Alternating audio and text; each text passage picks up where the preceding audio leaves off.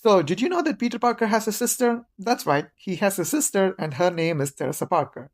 She is actually a spy, just like their parents. Now, I know, a secret sibling trope is probably one of the most uncreative things you could probably ever do, but I also generally really like that trope. I think it's a lot of fun, and it leads to a lot of character conflicts and drama, and it's just really entertaining to witness if they actually do it well. As for Teresa, she was introduced in the family business graphic novel as Peter's sister before they revealed that she wasn't actually his sister.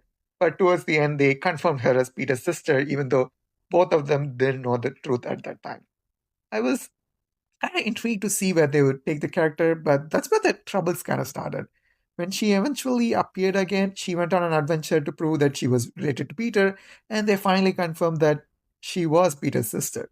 And I assumed that was that, and I assumed that this is going to be the start of them exploring their dynamic, and it left me wondering whether she would become a regular cast member of Amazing Spider-Man, and I was excited to see how they would handle her dynamic with Aunt May, Mary Jane, and other people in Peter Parker's life, only for her to disappear again. When Tessa eventually reappeared, she didn't really interact with anyone, and they once again did a story where they cast doubt on whether she is actually Peter's sister or just a spy sent to attack him. And this time the story kind of ended on an ambiguous note that didn't really confirm it, but didn't really deny it either. They did seem to suggest that she really is Peter's sister, and that was it. She disappeared once again. And she's recently reappeared once again, and this time she seems to firmly believe that she is Peter's sister. And I mean, just from what I'm saying, you can see the problem, right? It's this constant back and forth that's really messed up what could have been an interesting conflict and character to add into Peter's world. They should have decided at the start if she was Peter's sister, and if not, they should have retconned her out after the first story. Because, I mean, what's the point if she's not? The main focus should have been on exploring her dynamic with Peter and her impact on Peter's world and how Peter feels about having someone like her in his world.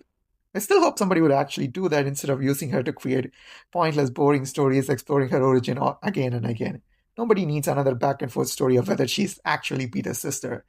I genuinely think Peter having a close family friend he can actively confide in, especially in an era where Marvel is determined to not let him have a solid romantic relationship, would be a great thing to see in the comics. I kind of like Teresa. I hope she sticks around.